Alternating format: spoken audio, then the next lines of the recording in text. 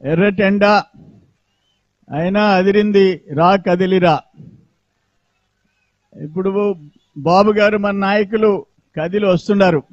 ఇప్పుడే హెలికాప్టర్ అక్కడ కనపతిపాడులో రీచ్ అయింది. 10 నిమిషాల్లో మీ ముందుకు వస్తున్నారు.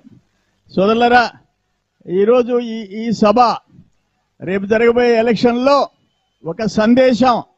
ఈ 4 సంవత్సరాల 9 నెలల్లో ఈ రాష్ట్రం ఏ విధంగా సర్వనాశనం అయిపోయిందో మీ అందరికీ తెలుసు. అంతేందుకు ఒక నెల్లూరు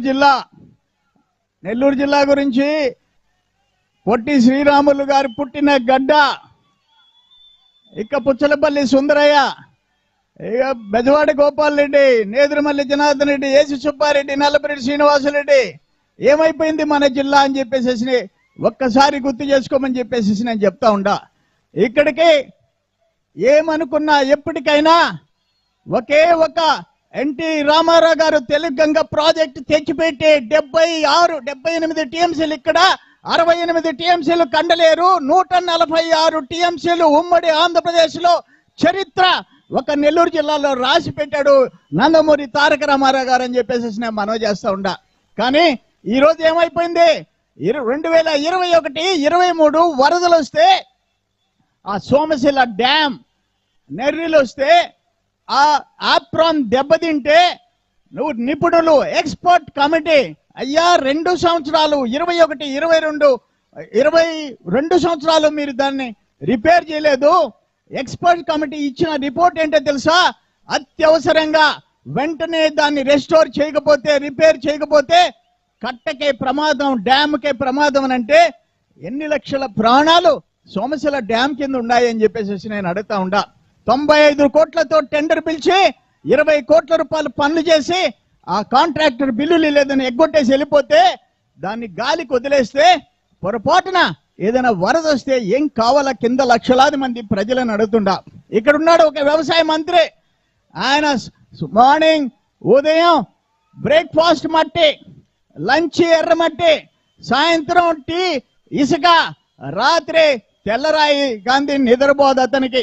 ఆయన వ్యవసాయ మంత్రి, దాన్ని కూడా చేయించుకోలేని పరిస్థితి. ఇన్ఛార్జ్ మంత్రి, ఇరిగేషన్ మంత్రి ఎవరు? అంబటి. తెలుసు కదా ఎట్ట డ్యాన్సులు వేస్తాడు అంబటి. ఆ అంబటికి ఆ సోమశిల డ్యామ్ ఇరిగేషన్ మినిస్టర్ గా అరగంట టైం లేదు ఆయనకి, అరగంట. ఆయన రాలేడు అంబటి రాంబాబు. అక్కడ డ్యాన్సులు వేసుకునే దానికి టైం ఉంది. దురదృష్టం, ఒక ఇరిగేషన్ మినిస్టర్, ఒక అగ్రికల్చర్ మినిస్టర్ ఈ విధంగా మనకి దాపురించారంటే ఇంతకంటే అన్యాయం ఏదైనా ఉందా అని చెప్పేసి నేను అడుగుతా ఉండా. మీకు ఒక్క మాట చెప్తుండా, ఈ 5 years లో దాదాపు మొత్తం O&M, operation and maintenance, FDR, regular funds, NREGS పనులు చేయకుండా 1500 కోట్లు మెక్కిన పంది కుక్కలు ఈ రోజు నెల్లూరు జిల్లాలో ఉండారంటే ఇంతకంటే ఘోరం ఇంకోటి ఉందా అని చెప్పేసి అడుగుతుండా. నెల్లూరు జిల్లా ఏమైపోయింది? 5 ఏళ్ల నుంచి సిలికా 5000 కోట్లు దందా, సిలికా. క్వాడ్జ్ తెల్ల బంగారం 6-7 మాసాలలో 3000 కోట్లు. ఒక మైనింగ్ లీజ్ ఉందా? ఒక పర్మిట్ ఉందా? ఒక డెడ్ రెంట్ కట్టేవా? లీజ్ కట్టేవా? ఏమీ పడలే. బాస్ జగన్మోహన్ రెడ్డికి లోటస్ పాండ్కి నెల కింద పోవాలా, వీళ్ళు కింద ఉండే వాళ్ళు దోచుకోవాలా. అది మేతపురం ఒక దేవస్థానం ఎండోమెంట్ ల్యాండా, లేకపోతే మరి ఏపీ IAC ల్యాండా, SEZ ల్యాండా, ఏ ల్యాండ్ ఫారెస్ట్ ల్యాండా మాకు అనవసరం. టన్నుకి 7000 రూపాయలు క్వాడ్జ్లో లోటస్ పాండ్కి పోవాలా. కొరవ వీళ్ళు దోచుకోవాలా. ప్రకృతిని విధ్వంసం చేస్తుంటే ఏమైపోయింది మైనింగ్ డిపార్ట్మెంట్, ఏమైపోయింది ఫారెస్ట్ డిపార్ట్మెంట్, ఏమైపోయినారు కలెక్టర్లు, ఎస్పీలు, పోలీసులు మొత్తం వాళ్ళ కాళ్ళ కింద పడి బానిసలుగా మారిపోయినారు.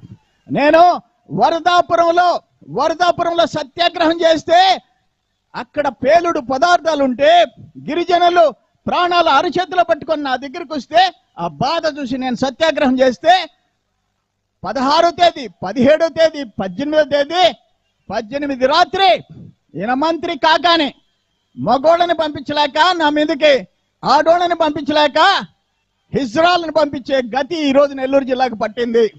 వాళ్ళు షోకు చేసుకొని వస్తా ఉంటే ఎవరయ్యా తెలుగుదేశం పార్టీలో ఆడపడుచులు ఇంత బాగా లిప్స్టిక్ వేసుకొని ఎంత కొలకతా వస్తున్నారు అనుకుంటే ఆఖరణ హిజ్రాలను పంపించిన మంత్రి, హిజ్రాల శాఖ మంత్రి ఈ జిల్లాలో ఉండాలంటే సిగ్గు చేయటం చెప్పేసి నేను మనవి చేస్తుండా.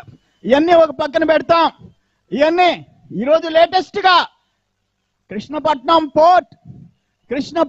పోర్ట్ కంటైనర్ పోర్టు మద్రాసుకి తరలిపోయింది.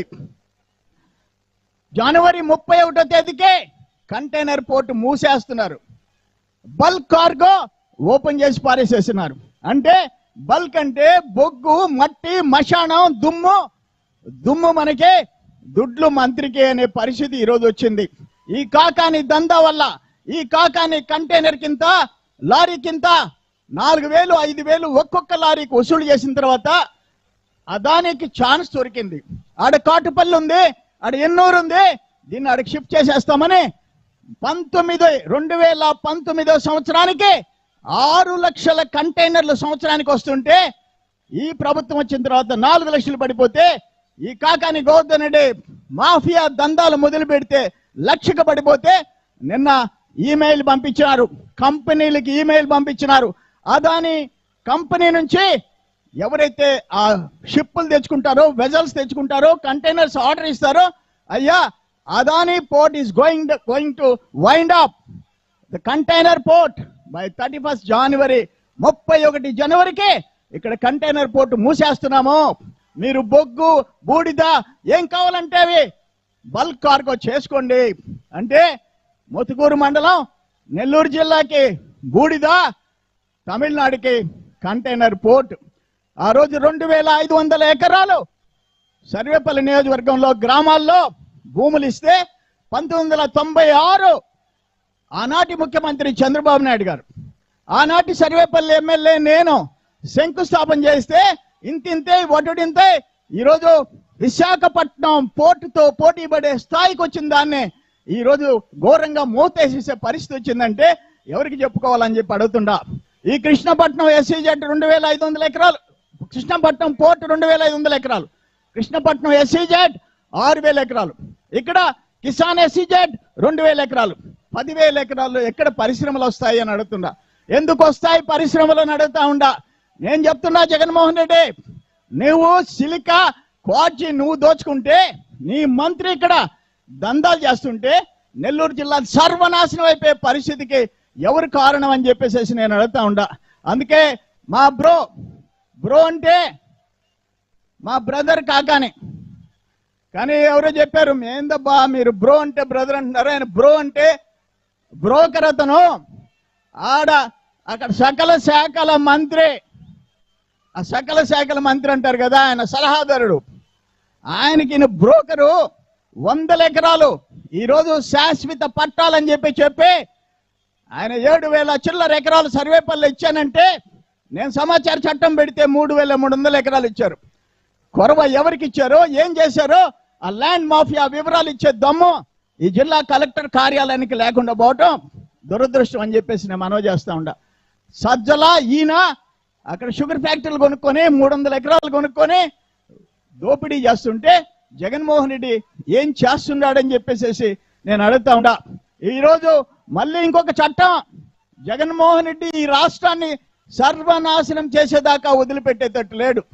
ల్యాండ్ టైటిల్ యాక్ట్ తెచ్చాడు. మన భూమి మీద మనకు హక్కులు ఉండని పరిస్థితి, దుర్మార్గమైన చట్టం తెచ్చాడు. దాని మీద కూడా మనం పోరాడాల్సిన పరిస్థితి ఏర్పడిందని చెప్పేసి నేను మనవి చేస్తుండా. ఇక సర్వేపల్లి నియోజకవర్గం గురించి అయితే చెప్పాల్సిన అవసరంలే. 2 ముస్లింస్ ని కొట్టి ఒక సబ్ ఇన్స్పెక్టర్ చంపేస్తే ఆయన్ని ముద్దు పెట్టుకొని మళ్ళీ పొదలకూరులో ఎంచుకున్నాడు. అక్కడ ఒక దళితుడు ఉదయగిరి నారాయణ 2,000 రూపాయలు అడ్వాన్స్ తీసుకొని ఇటుక బట్టీలో ఇక్కడ పనిచేస్తూ వేరే దగ్గర పోయినాడని చంపేసి చెట్టుకు ఎలాడదీస్తే ఒక పేదవాడు దళితుడు కూలి, ఒక మరొకచ్చు అప్పచెల్లెలు, ఒక తల్లి, 3 బిడ్డలు ఏమైపోవాలా భార్య అని చెప్పి అడుగుతుండా. మేము ఢిల్లీకి పోయి నేషనల్ ఎస్సీ కమిషన్, జాతీయ కమిషన్, ఎస్సీ కమిషన్ దగ్గరికి వెళ్ళి వాళ్ళ ఎస్సీ కమిషన్ డైరెక్టర్ వచ్చి చూసి 40 మంది పోలీసులు వచ్చి ఆ శవాన్ని తగలబెట్టి పోస్ట్ మార్టం రిపోర్టు మార్చేసింది, అడవిలో వేలాడదీసింది. అన్ని చూసి రిపోర్ట్ రాస్తే 24 గంటల్లో ఆ ఆదినారాయణ భార్యకి 30,000 రూపాయలు జీతంతో ప్రభుత్వ ఉద్యోగం. ఆదినారాయణ భార్యకి 8,25,000 డబ్బు. ఆదినారాయణ కుటుంబానికి 3 సెంట్ల ఇళ్ల స్థలం. ఆదినారాయణ కుటుంబానికి 3 ఎకరాల పొలం. ఆదినారాయణ కుటుంబానికి బతికినంత కాలం 5,000 రూపాయలు శాశ్వత పింఛన్ 24 గంటల్లో శాంక్షన్ చేయించామని చెప్పేసి నేను మనవి చేస్తున్నా. అక్కడ కరుణాకర్ దళితుడు 4 పేజీలు రాసి కావలి ఎమ్మెల్యే వల్ల మేము చచ్చిపోతున్నానంటే నేను అక్కడికి పోయి శవం పక్కన నిలబడి ఎస్సీ కమిషన్కి కలెక్టర్కి అందరితో మాట్లాడి మళ్ళీ ఆ అమ్మాయికి ప్రభుత్వ ఉద్యోగం ఉదయగిరి నారాయణ భార్యకి ఏం చేశామో అవన్నీ కావలి కరుణాకర్ భార్యకి కూడా అదే విధంగా చేశామని చెప్పేసి మీ అందరికి నేను మనవి చేసుకుంటుండా. ఇటు చెప్పుకుంటూ పోతే నేను ఈ పార్టీలో 40 ఏళ్ళ నుంచి పెద్ద ఆయన ఎన్టీ రామారావు గారితో కలిసి పనిచేశా. ఆయన రాష్ట్ర పార్టీ అధ్యక్షుడిగా ఉంటే నేను జిల్లా పార్టీ అధ్యక్షుడిగా ఉన్నా. ఆయన దగ్గర నేను సెంట్రల్ బ్యాంక్ ప్రెసిడెంట్ చేశా. సారా వ్యతిరేక ఉద్యమం చేశాం. ఎన్టీఆర్ గారిని తీసుకొచ్చి ఆ రోజు 23 జిల్లాలు ఉమ్మడి రాష్ట్రంలో సారా ఉద్యమం జరిగితే ఒక్క నెల్లూరులో పాటలు జరగనీయకుండా పోరాడితే పెద్ద ఆయన వచ్చి బహిరంగ సభలో ఒకటే ఒక మాట చెప్పాడు, నేను వచ్చిన మరుసటి క్షణం సారా నిషేధిస్తా అన్నాడు. భయపడిపోయి కోట్ల విజయభాస్కర్ రెడ్డి నెల రోజుల్లో సారా నిషేధం చేశాడు. అక్కడి నుంచి రాజశేఖర రెడ్డి 30 చిల్లర వేల మెగావాట్లు బొగ్గు థర్మల్ స్టేషన్స్ తెస్తే పోరాడి only government, only Genco, only సెమ్కార్ప్కి పరిమితం చేశాం. పోరాటాలు మాకు కొత్త కాదు. ఈరోజు అందుకే నేను చెప్తుండా, నా రక్తంలో పసుపు ఉంది. ఎన్టీ రామారావు గారి తర్వాత చంద్రబాబు నాయుడు గారు, ఆయన క్యాబినెట్లో ఎమ్మెల్యేగా, మంత్రిగా, ఎమ్మెల్సీగా పనిచేశా. ఈరోజు 3వ జనరేషన్, 3rd జనరేషన్ యువగళం పేరుతో ఈ రాష్ట్రాన్ని మరి అందరినీ యువకులందరినీ కోరిగా ముందుకు తీసుకోపోయినా లోకేష్ బాబుతో కలిసి మంత్రి పదవి చేశా. 3 జనరేషన్స్, 3 జనరేషన్స్తో కలిసి పనిచేశా. మరి నేను ఒకటే మీకు తెలియజేస్తుండా, నాకు కావాల్సింది ఆయన మాట్లాడుతున్నాడు, నువ్వు కిరాయి గుండా అంటాడు, ఏందేందో అంటాడు. నువ్వురా నడిబొడ్డునున్న కొత్త హాల్ ఎదురుగా ఉండే సినిమా హాల్ అమ్ముకున్నావు, శ్రీనివాస్ మాల్ అమ్ముకున్నావు, ఆసన్ అమ్ముకున్నావు, పవర్ ప్రాజెక్ట్ అమ్ముకున్నావు. ఏ రోజు నీ మాదిరిగా పనికి మాలిన పనులు చేసి ప్రజల ఆస్తులు ప్రజల్ని తాకట్టు పెట్టి, ప్రజలిచ్చే పదవులను తాకట్టు పెట్టి చేయి జాచి అడుక్కున్న జీవితంలో లేదని చెప్పి నేను తెలియజేస్తున్నా. అందుకే మీ అందరికీ ఒకటే మనవి చేస్తున్నా, రేపో ఎల్లుండో 4 పార్టీలు Janasena, CPM, CPI, BJP, Telugu Desam కలిసి ఆ పోర్టు యాజమాన్యం దగ్గరికి పోబోతా ఉన్నాం. ఒకటే రిక్వెస్ట్ చేస్తున్నాం, అదానీ గారు మీరు రిచెస్ట్ మ్యాన్, అత్యంత ధనికుడు, లక్షల కోట్ల ఆస్తులు ఉండేవాళ్ళు. తమిళనాడు నుంచి మొత్తం పోర్ట్లన్నీ మీయే, కానీ కృష్ణపట్నం పోర్టు తీసుకొని కంటైనర్ పోర్టు షిఫ్ట్ చేసి మా ప్రజలు 10,000 కుటుంబాలని ఉద్యోగాలు, ఉపాధి వాళ్ళ నోట్లో మట్టి కొట్టి మీరు అడిగి పోవద్దు. కాకాని గోవర్ధన్ రెడ్డి చేసే దందా వాడు అంతు చూస్తాం, కావాలంటే అఖిలపక్షం పోయేసేసి మేము ఉండాం నీకు. వాడి గేటు లేదు, ఏమి లేదు, ఎత్తేసిందాక వదిలిపెట్టాం. దయచేసి కృష్ణపట్నం కంటైనర్ పోర్టు షిఫ్ట్ చేయొద్దు అని చెప్పేసి నేను మనవి చేసుకుంటున్నా. ఈరోజు ఇక్కడ చింతల అశోక్ కుమార్, ఎస్సీ కుర్రోడు, కోడూరుపాడు, అతను ఇచ్చాపురం నుంచి తడ నుంచి తిరుమల దాకా అంబేద్కర్ ఆశయం, చంద్రన్న ఆచరణ, బ్రతుకు మారాలంటే బాబు రావాలని చెప్పి ఆయన స్నేహితులతో కూడా పాదయాత్ర చేస్తుంటే పాపం అడుగడుగున ఆ దళిత కుర్రోడిని ఆశీర్వదించే పరిస్థితి వచ్చిందని చెప్పేసి మీ అందరికి నేను మనవి చేసుకుంటూ, మనందరం కలిసి రేపు 2014 ఎన్నికలు ఇటు తెలుగుదేశం, జనసేన, చంద్రబాబు నాయుడు గారు, పవన్ కళ్యాణ్ గారి నాయకత్వంలో ముందుకు పోయి ఆయన చెప్పాడు, ఆయన అభిమన్యుడు కాదంట, అర్జునుడంట, అన్ని చూపిస్తారు. రేపు సినిమా మొత్తం సినిమా నీకు చూపిస్తారు రేపు జరగబోయే ఎన్నికలు జగన్మోహన్ రెడ్డికి అని చెప్పి తెలియజేసుకుంటూ మీ అందరి దగ్గర సెలవు తీసుకుంటున్నా. నమస్కారం.